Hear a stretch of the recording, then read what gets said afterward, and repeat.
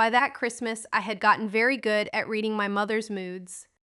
Ever since my husband passed, my twins, Nora and Eli, clung to small rituals that made life feel safe.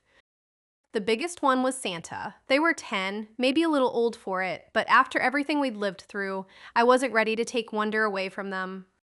Every year, after they fell asleep, I wrapped what I could afford and told myself the magic still mattered. My mother hosted Christmas Eve in her big house outside Columbus. My younger brother Grant still lived in her basement at 35. For months, she'd been pressuring me to buy him a car. I said no every time. I was raising 2 kids alone, working full-time, and still paying off old hospital bills. By December, she stopped asking, which should have warned me she was saving it for a bigger moment. That night, the kids were happy. Nora wore a red velvet headband. Eli brought the cookie plate from home so Grandma could see the bite marks Santa had left behind. Then, right in the middle of dinner, my mother set down her fork, looked at my children, and said, "You two are old enough now. There is no Santa. Your mother buys all of it." The whole table went still. Before I could speak, she added, "And if there were a Santa, he probably wouldn't be too generous in a house where people don't help family. Your mother has money, she just won't help your uncle." Nora's eyes filled instantly. Eli just stared at his plate. I looked at Grant. He kept eating. I stood up and told the kids to get their coats. My mother laughed. "Don't be dramatic," she said. "They were going to find out eventually." "No," I told her. "You wanted an audience." We left without dessert, without gifts, without another word. In the car, Nora cried quietly. Eli finally asked, "Was she telling the truth?" "Yes," I said.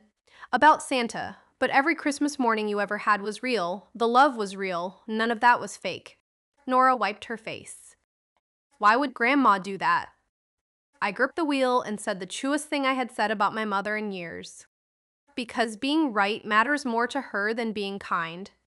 That night, after the kids were asleep, I opened the email I'd been avoiding for 2 weeks. A company in Copenhagen had offered me a senior role with full relocation. I had been scared to say yes. At 11:18 on Christmas Eve, I accepted. We moved 6 weeks later. I told my mother only after we boarded the plane. Life changed fast after that. The kids got lighter. Nora joined an art club. Eli fell in love with the city observatory. At work, I was respected in ways I had forgotten were possible. 6 months later, a business article featured my new team and included my name and photo. That was how my family found out where I was. My mother called that night. "So this is how I find out," she snapped. "You moved overseas. You're making all that money, and your brother still can't get a car?" I stood in my kitchen, listening to my kids laugh in the next room, and felt strangely calm. "I didn't buy a glamorous new life," I said. "I built a peaceful one." She said I thought I was better than the family. "No," I told her. "I'm just done letting you hurt my children." That first Christmas overseas, the apartment was quiet, the tree lights were soft, and nobody at the table was waiting to turn joy into a lesson. For the first time in years, Christmas felt the way it was supposed to feel.